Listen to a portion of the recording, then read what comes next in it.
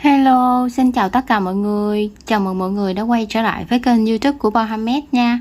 Hôm nay Bo sẽ hướng dẫn cho mọi người cách móc một bé nắm đợi mũ chuột Mickey như vậy nha. Mọi người sẽ chuẩn bị cho mình các nguyên liệu giống như trong hình nha. Và bây giờ mình sẽ vào hướng dẫn chi tiết nha. Đầu tiên mình sẽ dùng len màu đen để móc cái phần mũ nha. Mọi người sẽ tạo cho mình một cái vòng tròn ma thuật. Móc lên một mũi móc xích, móc vào cái vòng tròn này 6 mũi móc đơn nha. 1 2 3 4 5 6. Sau đó mình sẽ kéo khít cái vòng tròn này lại, trượt mũi vào trong mũi đầu tiên,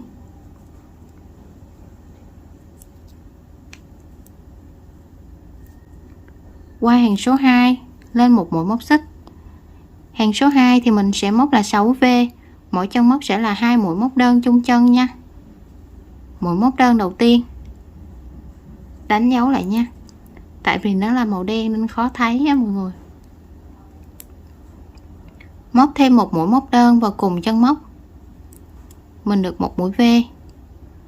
Chân móc tiếp theo 2 mũi móc đơn chung chân, chân móc tiếp theo 2 mũi móc đơn chung chân,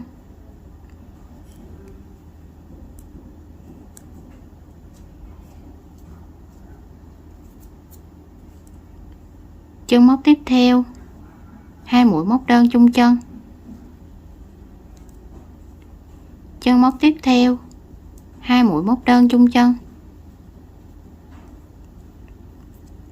và chân móc cuối cùng cũng 2 mũi móc đơn chung chân. Sau khi móc đến cuối hàng thì mình sẽ có 12 mũi móc đơn nha. Trượt mũi vào chân mũi đầu tiên,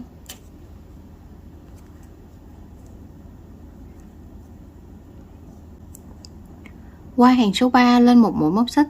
Hàng số 3 thì mình sẽ móc là 1x 1V nha. Đầu tiên là 1x, đánh dấu lại cái mũi đầu tiên, chân móc tiếp theo 1V, chân móc tiếp theo 1x, chân móc tiếp theo 1V, chân móc tiếp theo 1x, chân móc tiếp theo 1V. Mọi người cứ móc như vậy cho đến cuối hàng nha. Sau khi móc đến cuối hàng thì mình sẽ có 18 mũi móc đơn nha. Trượt mũi vào chân mũi đầu tiên, qua hàng số 4 lên một mũi móc xích. Hàng số 4 thì mình sẽ móc là 2x 1V, nhưng mình sẽ tản mũi ra, mình sẽ móc là 1x 1V 1x nha. Đầu tiên là 1x, mình sẽ đánh dấu lại. Chân móc tiếp theo 1V, mũi V sẽ là 2 mũi móc đơn chung chân nha. Chân móc tiếp theo 1x, như vậy là mình được một cụm 1x 1V 1x nha. Cụm tiếp theo 1x 1V 1x, cụm tiếp theo 1x 1V 1x. Mọi người cứ móc như vậy cho đến cuối hàng nha. Sau khi móc đến cuối hàng thì mình sẽ có 24 mũi móc đơn nha. Trượt mũi vào chân mũi đầu tiên,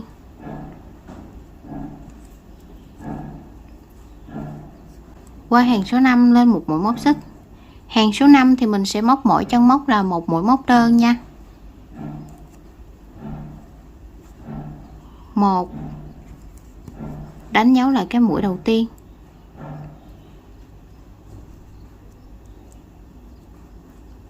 2 3 4 5 6 7 8 9 10. Mọi người cứ móc như vậy cho đến cuối hàng số 5 nha. Sau khi móc đến cuối hàng thì mình cũng sẽ có 24 mũi móc đơn nha. Mọi người sẽ kéo cái sợi len màu đen này ra, sau đó đâm kim vào cái chân móc của mũi móc đơn. Mình sẽ đâm kim vào cái cạnh móc nè.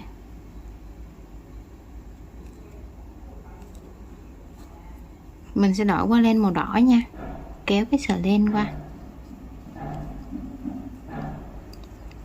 trượt mũi vào chân mũi đầu tiên,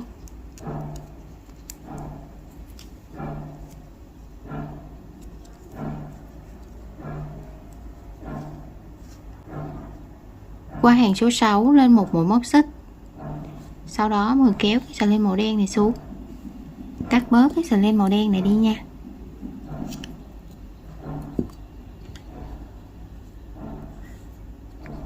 Hàng số 6 thì mọi người sẽ móc cho mình mỗi chân móc là một mũi móc đơn nha. Mọi người kẹp luôn cái sợi thừa vào luôn nha.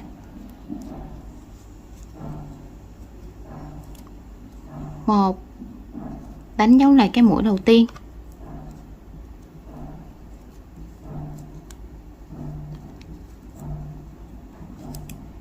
2 3 4 5 6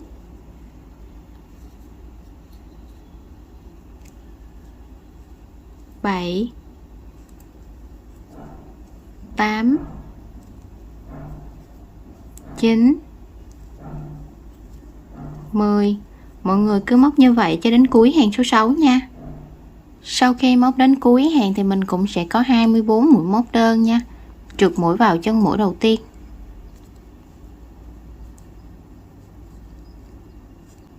qua hàng số 7 lên một mũi móc xích. Hàng số 7 thì mình sẽ móc là 3x1v, nhưng mà mình sẽ móc vào cái cạnh phía ngoài này thôi nha.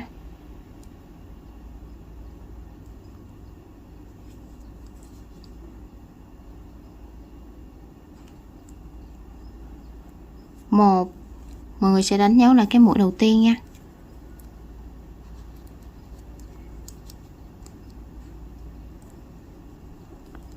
2 3 1v,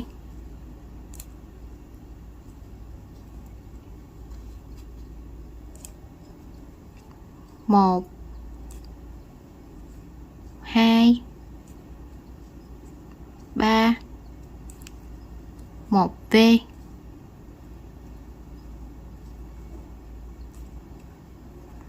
1 2 3 1v.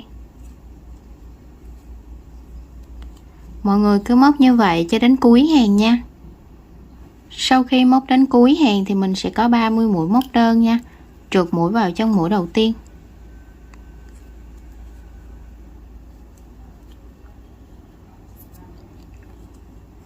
qua hàng số 8 lên một mũi móc xích. Hàng số 8 thì mình sẽ móc là 4x1v, nhưng mình sẽ tản mũi ra, mình sẽ móc là 2x1v 2x nha. Đánh dấu là cái mũi đầu tiên,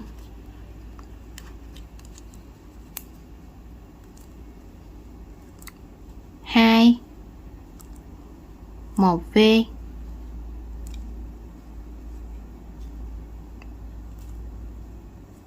1 2. Như vậy là mình được một cụm 2x 1v 2x nha. Cụm tiếp theo 1 2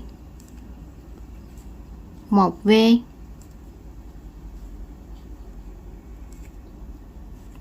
1 2. Cụm tiếp theo 1 2, 1 V,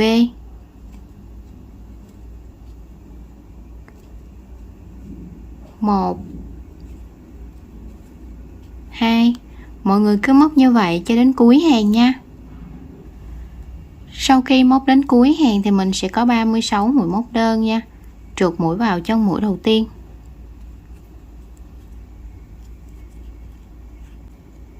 kéo len ra, cắt len luôn nha.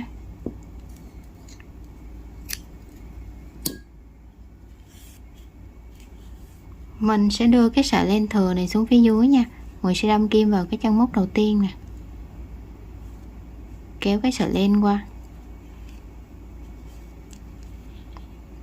Sau đó mình sẽ dùng kim khâu để giấu sợi vào phía trong nha.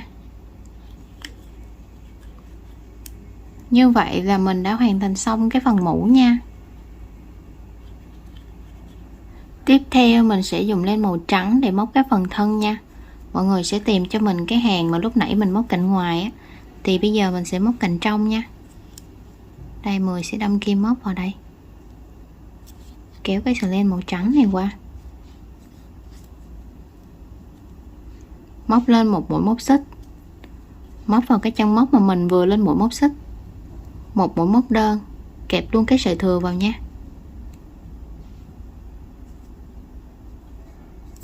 Siết cái sợi len thừa này lại, đánh dấu lại cái mũi đầu tiên.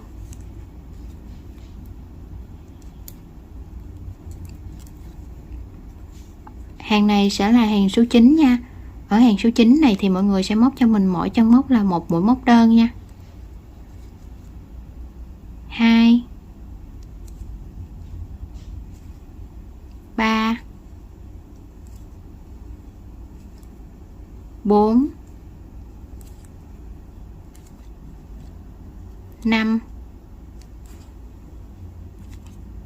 6, 7, 8. Mình dẹp cái sợi thừa này qua nha, không kẹp theo nữa nha. 9, 10.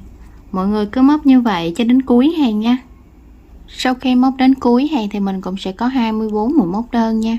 Trượt mũi vào trong mũi đầu tiên,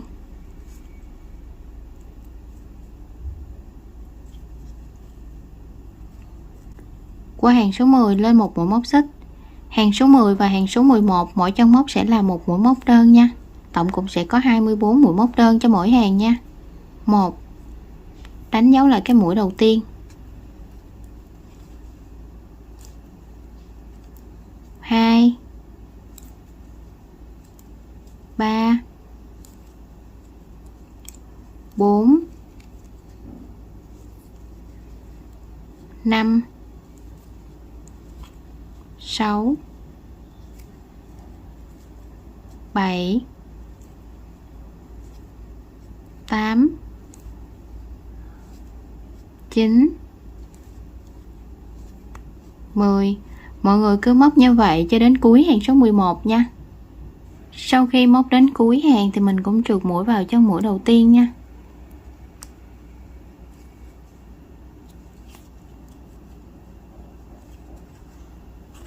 Qua hàng số 12 lên một mũi móc xích. Hàng số 12 7 chân móc đầu tiên, mỗi chân móc một mũi móc đơn. 1, đánh dấu lại cái mũi đầu tiên,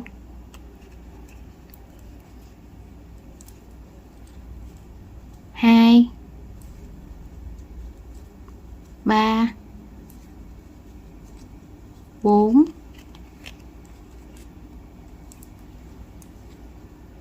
5, 6, 7. Chân móc tiếp theo mọi người sẽ móc cho mình một mũi hạt bắp nha. Đầu tiên mọi người sẽ lấy len, đâm kim xuống, kéo len lên, kéo len qua hai vòng dây trên kim, lấy len, đâm kim xuống, kéo len lên, kéo len qua hai vòng dây trên kim, lấy len, đâm kim xuống, kéo len lên, kéo len qua 2 vòng dây trên kim,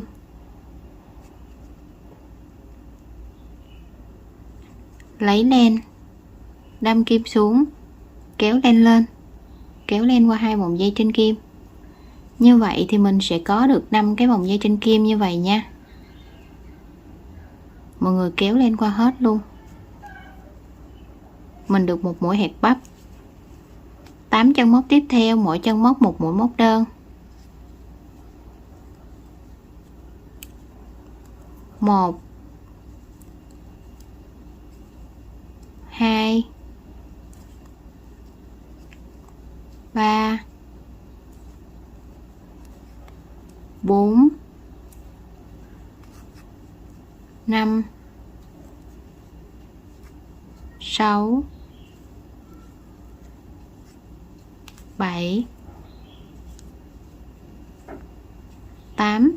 Chân móc tiếp theo mình sẽ móc một mũi hẹp bắp, mọi người sẽ lấy len, đâm kim xuống, kéo len lên, kéo len qua 2 vòng dây trên kim, đẩy len, đâm kim xuống, kéo len lên, kéo len qua 2 vòng dây trên kim, lấy len, đâm kim xuống, kéo len lên, kéo len qua 2 vòng dây trên kim, lấy len, đâm kim xuống, kéo len lên, kéo len qua 2 vòng dây trên kim. Mình sẽ có 5 cái vòng dây trên kim như vậy nha. Mình kéo len qua hết luôn, mình được mũi hẹp bắp. Các chân móc còn lại mỗi chân móc một mũi móc đơn.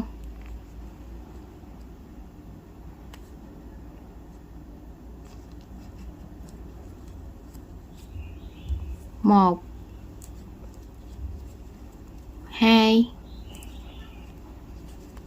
3, 4,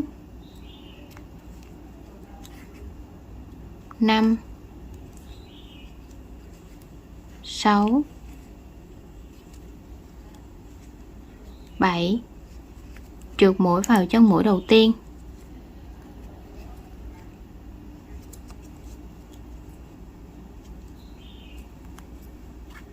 Qua hàng số 13 lên một mũi móc xích. Hàng số 13 và hàng số 14 mỗi chân móc sẽ là một mũi móc đơn. Tổng cũng sẽ có 24 mũi móc đơn cho mỗi hàng nha. 1. Đánh dấu là cái mũi đầu tiên.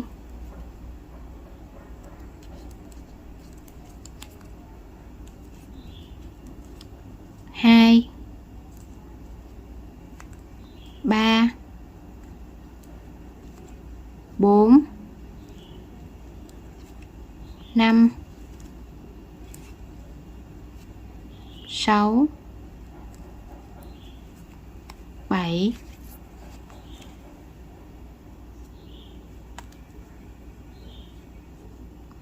8, 9, 10. Mọi người cứ móc như vậy cho đến cuối hàng số 14 nha. Sau khi móc đến cuối hàng thì mình cũng trượt mũi vào chân mũi đầu tiên nha.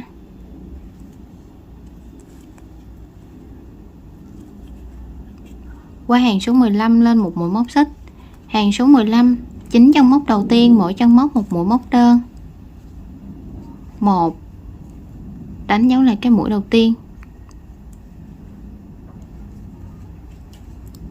2, 3, 4, 5,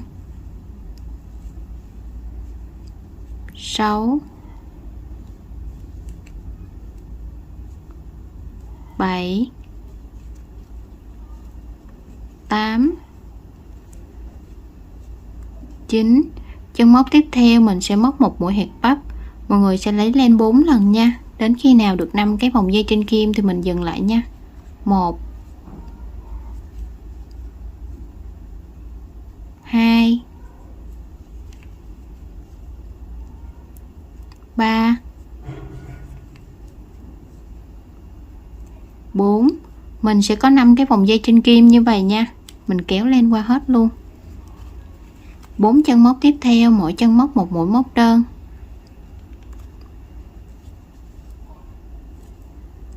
1,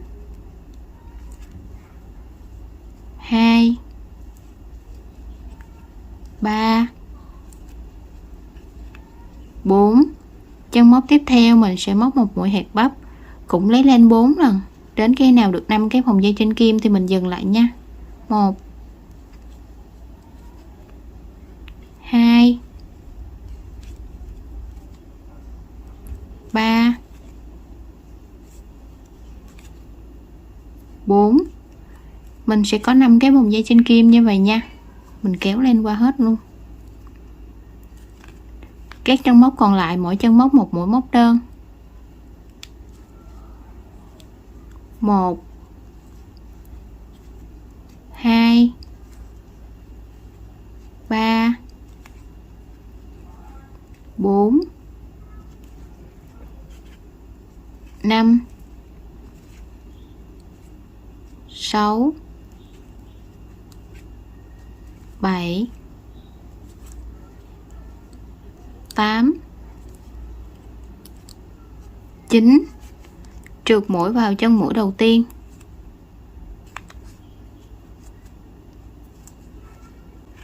Qua hàng số 16 lên một mũi móc xích. Hàng số 16 mình sẽ móc là 12A nha, tức là 12 cái mũi giảm. Mũi giảm thì mọi người sẽ móc vào cái cạnh phía ngoài này thôi nha.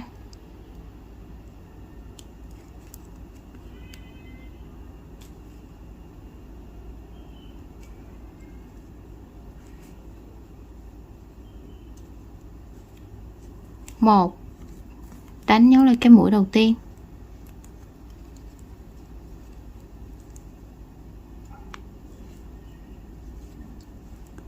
2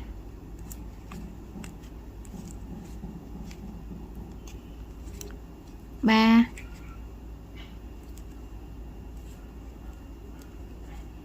4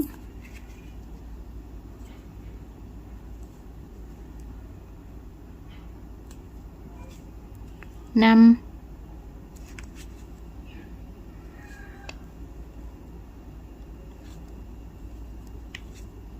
6. Mọi người cứ móc như vậy cho đến cuối hàng nha. Sau khi móc đến cuối hàng thì mình sẽ còn được 12 mũi móc đơn nha. Trượt mũi vào chân mũi đầu tiên.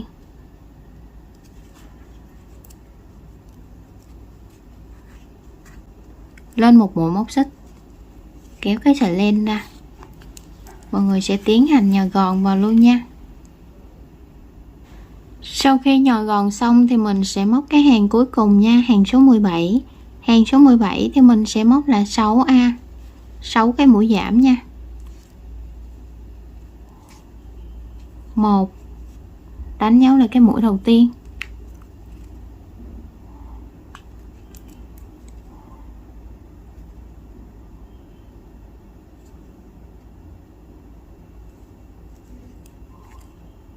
2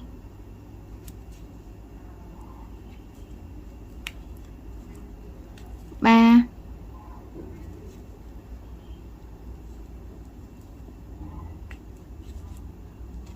4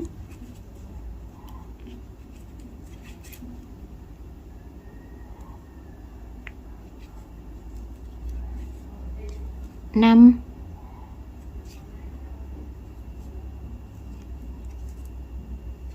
6. Sau đó trượt mũi vào chân mũi đầu tiên.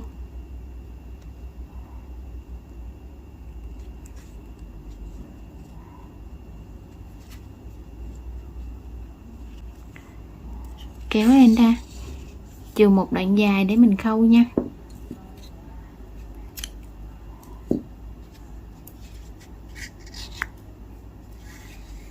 Mình sẽ dùng kim khâu để khâu cái vòng tròn này lại nha.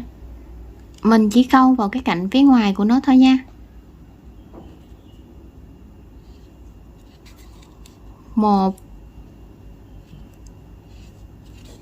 2 3 4 5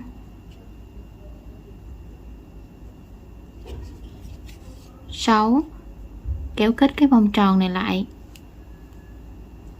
sau đó đâm kim xuống, đâm qua cái mũi bên cạnh,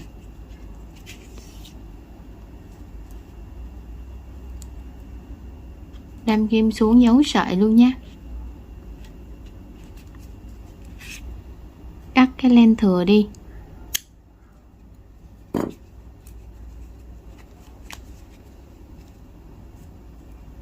Như vậy là mình đã hoàn thành xong cái phần thân rồi nha.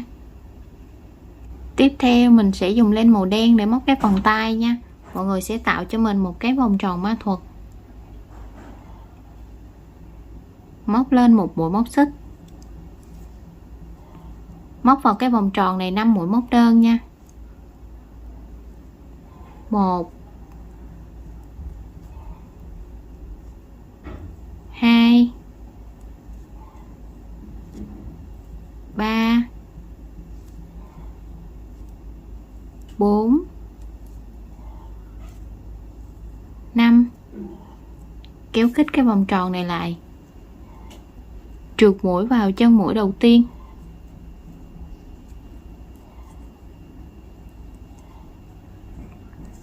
qua hàng số 2 lên một mũi móc xích. Hàng số 2 thì mình sẽ móc là 5V nha. Mỗi chân móc sẽ là 2 mũi móc đơn chung chân. Mình sẽ kẹp luôn cái sợi thừa vào luôn nha.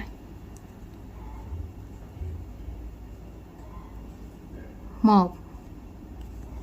Đánh dấu lại cái mũi đầu tiên, móc thêm một mũi móc đơn vào cùng chân móc.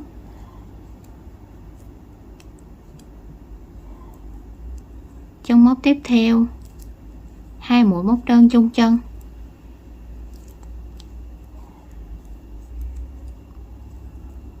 Chân móc tiếp theo 2 mũi móc đơn chung chân.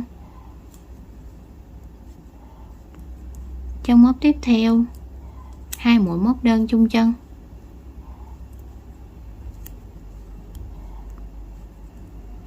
Và chân móc cuối cùng cũng 2 mũi móc đơn chung chân.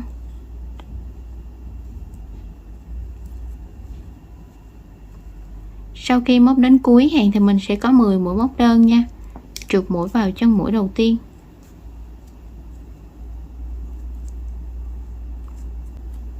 kéo lên ra, chừa một đoạn dài để chút nữa mình khâu vào cái phần mũ nha.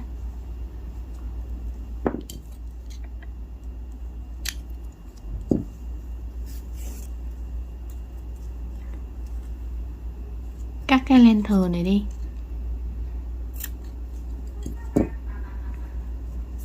Như vậy là mình đã xong một bên tay nha. Mọi người sẽ làm cho mình thêm một cái tay giống như vậy nữa nha.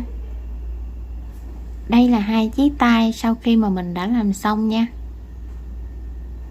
Bây giờ mình sẽ hướng dẫn cho mọi người gắn mắt nha. Mắt thì mình sẽ gắn giữa hàng 11 và 12. Đây là hàng số 9, hàng số 10, hàng số 11, hàng số 12. Giữa hàng 11 và 12 sẽ là hàng này nha. Mình sẽ gắn một mắt vào đây. Hai mắt sẽ cách nhau 4 mũi móc, 1 2 3 4. Mọi người sẽ gắn mắt vào đây và đây nha. Đây là sau khi mình đã gắn mắt vào xong nha. Tiếp theo mình sẽ hướng dẫn cho mọi người ráp cái phần tay vào cái phần mũ nha. Tay thì mình sẽ khâu vào ở hàng số 2 và số 3 nha. Mọi người sẽ đếm từ trên xuống nè, 1 2 3 thì mình sẽ khâu ở hàng số 2 và số 3 nha. Mọi người sẽ canh từ phía sau lên nào. Đây, mình sẽ khâu từ đây lên phía trên.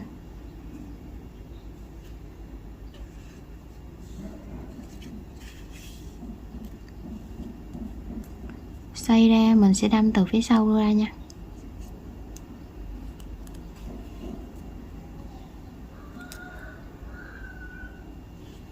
Đâm ngược lại.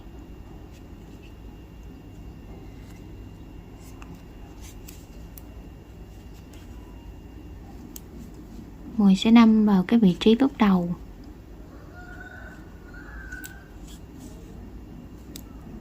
Đó, mình đâm xuống phía cái mũi đầu tiên mà mình đâm kim vào á. Đó, mình đâm vào cái giữa hàng số 2 và số 3 nha.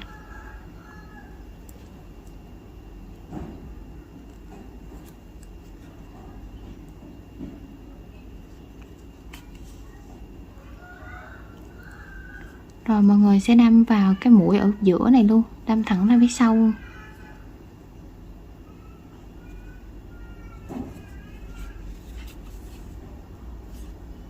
Sau đó mình sẽ đâm kim xuống.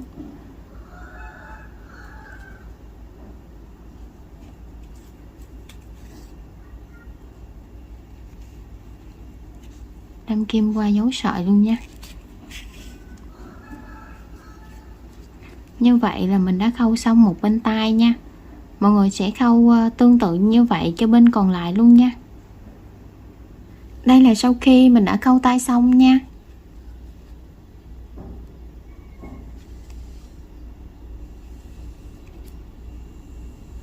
Tiếp theo mình sẽ hướng dẫn cho mọi người làm cái nút màu vàng vàng này nha. Mọi người sẽ chuẩn bị cho mình một đoạn len màu vàng khoảng tầm 15-20 cm gì cũng được nha, để chút nữa mình khâu cho nó dễ. Mọi người sẽ vòng len qua một lần, vòng qua thêm một lần nữa là 2 lần nha. Sau đó mọi người sẽ cột rút nó lại. Mọi người sẽ thấy ở đây nó sẽ có một cái khoảng trống nè, mình sẽ cột rút làm sao cho cái nút thắt của mình nó vào giữa cái khoảng trống đó nha. Đây mình sẽ cột rút lại. Rồi sẽ thấy nó bị lệch qua thì mình sẽ xoay nó lại nha, cho nó vào giữa nha.